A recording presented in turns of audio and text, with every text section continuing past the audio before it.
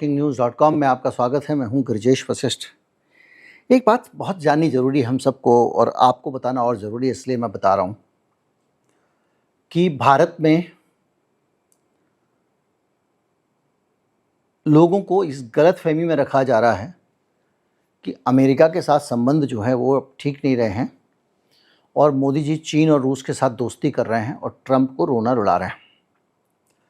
ये परसेप्शन हमको देने की कोशिश हमारे देश के मीडिया ने और ख़ास तौर पे बीजेपी के कैंप ने बार बार की है कि भारत में अब भारत का रुख बदल गया है। ट्रंप ने टैरिफ लगाया है तो भारत ने जो है झट से चीन से दोस्ती कर ली, झट से रूस से दोस्ती कर ली।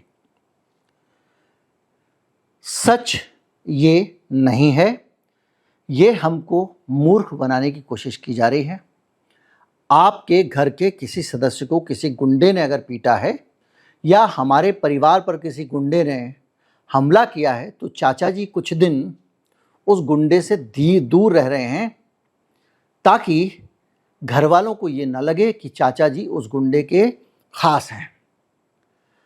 मोदी जी की सरकार में आने के बाद इजराइल लॉबी हो या अमेरिका लॉबी हो, मोदी जी अमेरिका के सगे थे, अमेरिका के सगे हैं और अमेरिका के सगे रहेंगे।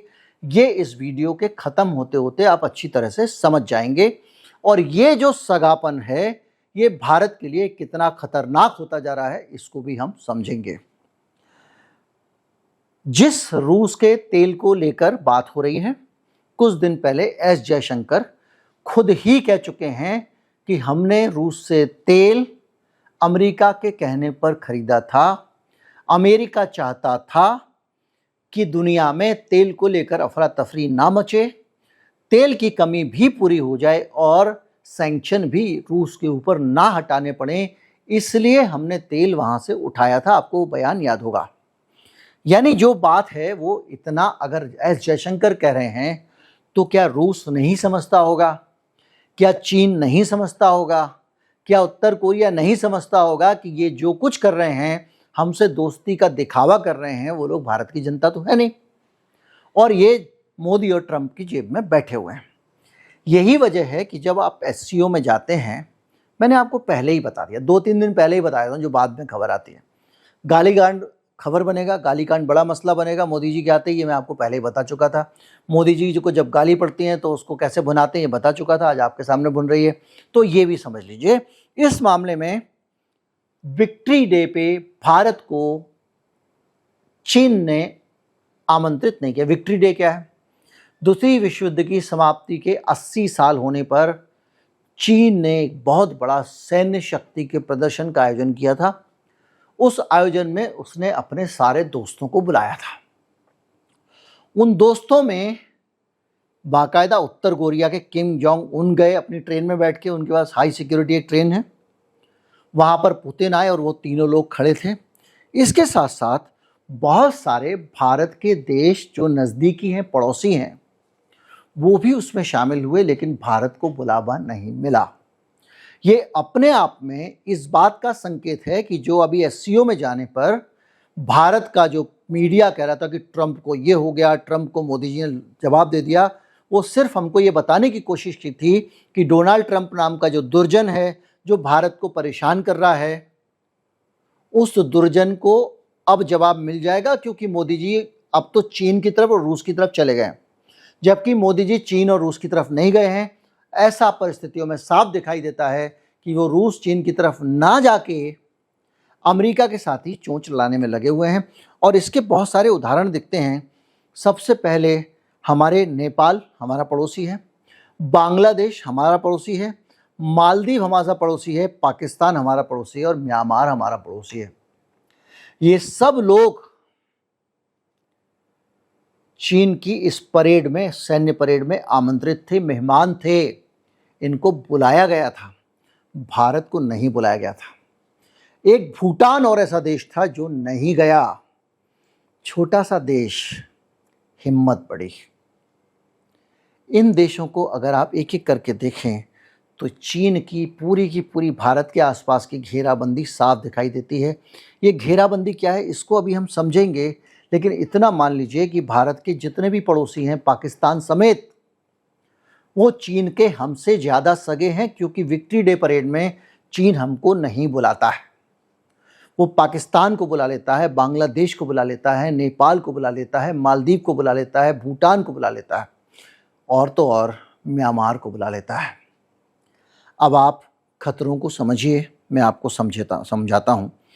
लेकिन इसको समझने से पहले चलिए मैं पहले इसको ही समझ लेता हूँ। बेल्ट एंड रोड इनिशिएटिव क्या है?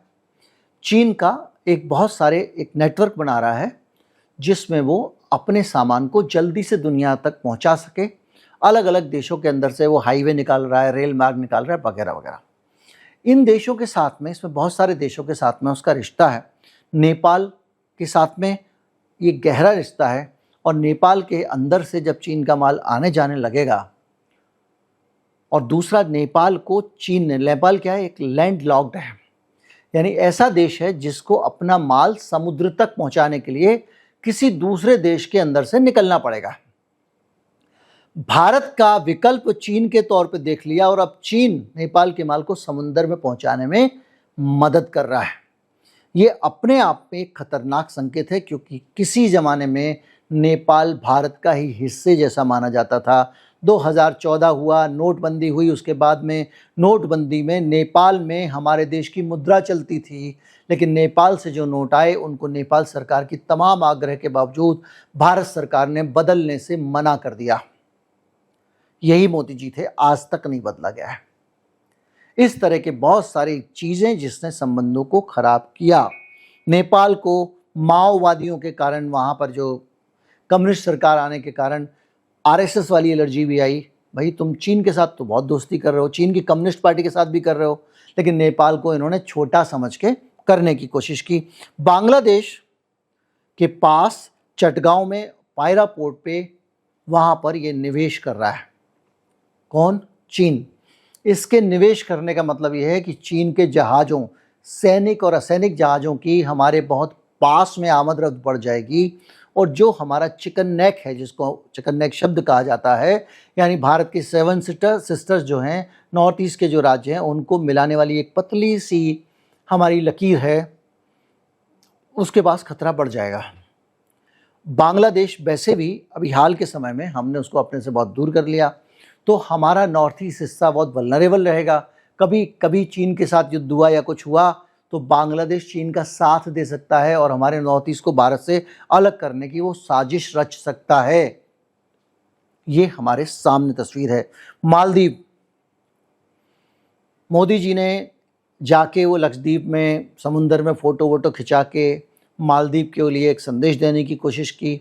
मालदीव से संबंध बिगाड़ लिए। कभी वहाँ पर हमारी सेना रहती थी, हमारी एयरफोर्स रहती थी, हमारा मालदीव पे कब्ज़ा था। एक तरह से मालदीव को जो हम कहते थे वो करता था। और मालदीव की पोजीशन क्या है? ये भारत नीचे से आपने देखा होगा ऐसा नुकीला है, और इधर बाईं तरफ मालदीव है। यानी मालदीव में बैठ के कोई भी भारत की दोनों तरफ से निगरानी कर सकता है, श्रीलंका समेत। भारत ने उस मालदीव को, राजीव गांधी ने कभी मदद की थी तो दोस्त बना के रखा हुआ था। ऐसा वक्त आया कि मोदी को, भारत को भगाओ टाइप का अभियान वहाँ चला, और उस अभियान के बाद में मोदी जी ने बहुत सारे संबंध खराब कर लिए थे। ये मोइजू जो इस वक्त वहाँ पे, जो वहाँ के राष्ट्राध्यक्ष हैं, इन मोइजू के साथ में अभी मोदी जी फिर से संबंध सामान्य करने की कोशिश कर रहे हैं। उन्होंने पैसे दिए, सब कुछ दिया, वो फिर पहुँच गया चीन। और वहाँ पर चीन के बीच में टोही जहाज़ भी खड़े हुए थे, और उस जगह अगर चीन अपने जासूसी जहाज़ खड़े करता है तो भारत पे पूरी नज़र रख सकता है, और पूरी की पूरी बंगाल की खाड़ी पे नज़र रख सकता है। श्रीलंका के हम्बनटोटा बंदरगाह पे ऑलरेडी वो काबिज है, उसको लीज पे ले चुका है, और वहाँ पर भी कई बार वो टोही जहाज़ लगा चुका है। जब भी हम कोई सैटेलाइट प्रक्षेपण करते हैं वो वहाँ आ जाता है निगरानी करने के लिए। उधर जब वो म्यांमार के साथ जाता है तो बंगाल की खाड़ी तक नज़र रखता है। म्यांमार के साथ हमारी मणिपुर की सीमा मिलती है, और ये बहुत वल्नरेबल है। बहुत सारे रोहिंग्याओं को मार के उसी ने, म्यांमार ने भगाया है, और हमारा ये बॉर्डर पूरा पोरस बॉर्डर, यहाँ से लोग पैदल वहाँ चले जाते हैं, वहाँ से यहाँ आ जाते हैं। खतरनाक स्थिति है, और ये वहाँ पर चीन का इकोनॉमिक कॉरिडोर बनने वाला है। श्रीलंका का हम्बनटोटा मैं आपको बता ही चुका हूँ, और सबसे बड़ी बात पाकिस्तान के साथ में बार बार दोहराता हूँ, किस तरह का उसके साथ कॉरिडोर बन रहा है, क्या बन रहा है, सारी चीज़ें हैं, और पाकिस्तान को हथियार भी दे रहा है। और वो हथियार भारत के खिलाफ ऑपरेशन सिंदूर में इस्तेमाल भी हुए। यानी पूरी तरह से चीन जो है वो भारत की घेराबंदी कर रहा है, एक पूरी माला भारत के नीचे से पहना दी गई है और चीन जब हर जगह हर देश में पहुंच रहा है उनको अपने साथ लेता जा रहा है। हम अकड़ में हैं और हमने धीरे धीरे करके अपने सारे मित्रों को दूर कर दिया। ठेके दिलवाने के चक्कर में बांग्लादेश की सरकार गिर गई, बांग्लादेश चला गया। ठेके दिलवाने के चक्कर में श्रीलंका में क्या हुआ आप देख लीजिए। रूस को लेकर हम कहते हैं रूस हमारा पुराना मित्र, रूस हमारा पुराना मित्र था, लेकिन रूस आज भी मित्र है, घोषित तौर पर अमित्र नहीं है, क्योंकि वो किसी के साथ घोषित तौर पर पंगे में विश्वास नहीं रखता है। लेकिन आपने रूस से तेल भी खरीदा तो इसलिए नहीं खरीदा कि रूस आपका दोस्त है, इसलिए खरीदा कि अमेरिका को ज़रूरत थी। ये तो एस जयशंकर ने खुद भी कह दिया और बाकायदा भारत का रणनीतिक स्वायत्तता वाला जो नैरेटिव है उसमें बार बार दिखता है। हम क्वाड में घुसते हैं, चीन जाने से पहले हम जापान जाते हैं जो क्वाड का मेंबर है। ऑस्ट्रेलिया में हमारे लोगों को खदेड़ के भगाया जा रहा है, उसके बावजूद हमारे मोदी जी ऑस्ट्रेलिया में जाते हैं, बड़े बड़े शो करते हैं। पिछले क्वाड समिट में जापान वाला नहीं आया, बाइडेन नहीं आया, फिर भी मोदी जी गए। जब सम्मेलन कैंसिल हो गया था तब भी बड़े बड़े शो किए, मोदी मोदी तिरंगा किया। आज वहाँ पे लोगों को घसीट के पीटा जा रहा है। 3 दिन पहले आपके पास में जानकारी है। इसके अलावा बहुत सारे समझौते लेमुआ, BCA और कोमकासा किए हैं जो इंटेलिजेंस शेयरिंग के हैं। यानी हम अपने यहाँ की जो खुफिया सूचनाएं होंगी वो चीन को देंगे इनके खिलाफ, माफ़ कीजिए अमेरिका को देंगे इनके खिलाफ। आप कल्पना कर लीजिए कि हम कहाँ, हमको कोई कहता है कि हमारा रिश्ता बन रहा है चीन के साथ में, रूस के साथ में, तो कहाँ है? नहीं है। ये हमारा आईवाश है, क्योंकि जिसके साथ हम दोस्ती करते थे उसने हमारे साथ गलत कर दिया तो लोगों को ये लगेगा कि ये मोदी अब ट्रंप की जेब में क्यों बैठा हुआ है, तो मोदी जी दिखावा करें, नहीं नहीं मैं तो ट्रंप के खिलाफ हूँ, अब मैं चीन की तरफ जा रहा हूँ, देखो अब मैं देखो रूस की तरफ जा रहा हूँ। लेकिन जो हकीकत है वो सामने आपके दिखाई जा रही है। कुल मिला के सबसे खतरनाक स्थिति यह है कि आज की तारीख में आप जब दोस्ती सेकेंडरी कर दे रहे हो रूस के साथ में, चीन के साथ में दिखावा कर रहे हो, और ये आपने लगातार किया है, तो उसका नतीजा पता है क्या होने वाला है? उसका नतीजा ये होने वाला है भाई कि आप बहुत समय तक किसी को उल्लू नहीं बना सकते हो। चीन का एक अपना कार्यक्रम चल रहा है, ब्रह्मपुत्रा पे इतना बड़ा उसने डैम बना दिया। मैंने आपको बताया था उसके बारे में डिटेल से कि कैसे वो पूरे हमारे नॉर्थ ईस्ट को बहा के ले जा सकता है, इकट्ठा पानी छोड़ देगा। तो जो आज पाकिस्तान में हाल है उससे बड़ा बुरा हाल कभी भी हो सकता है। बादल फटा, मान लीजिए हिमालय है वो, तो क्या चीन बांध नहीं खोलेगा? खोलना पड़ेगा उसको। सरकार को इस पर बात करनी चाहिए, लेकिन बात तो तब करो कि जब विश्वास का वातावरण बनेगा। आप जा रहे हो चीन में और वो आप पे भरोसा नहीं कर रहा है, वो आपको मिलिट्री डे परेड में नहीं बुलाता और आप उस पर भरोसा नहीं कर रहे हो क्योंकि आप अभी भी लगे हुए पीछे से सारी सेटिंग करने में। आज भी आपके समझौते हैं अमेरिका के साथ में और भविष्य में भी अमेरिका के साथ बिजनेस बढ़ाने वाले हो, क्योंकि जिस दिन आप चीन में बैठे हो उसी दिन ट्रंप से पता चलता है कि ये तो जीरो टैरिफ करने को तैयार हैं कि भैया आन दो, अमेरिका से जो भी सामान आएगा उस पर टैक्स नहीं लगाएंगे। कल के दिन चीन ये बात नहीं बोलेगा। और जिस फार्मा के आप पूरा टिके हुए उतना सारा एक्सपोर्ट करते हो, उस फार्मा का जो मेन इंग्रेडिएंट कहाँ से आता है? API तो चीन से ही आता है। चीन बंद कर देगा तो आपका फार्मा एक्सपोर्ट बंद हो जाएगा। एप्पल के कंपोनेंट अगर वो बंद कर देगा तो आपका एप्पल का एक्सपोर्ट बंद हो जाएगा। सैमसंग के जो बना रहे हो वो कंपोनेंट तो वहीं से आ रहे हैं, 80% माल वहीं से आ रहा है, 80% कॉस्ट की चीजें वहां से आ रही हैं। बंद कर देगा।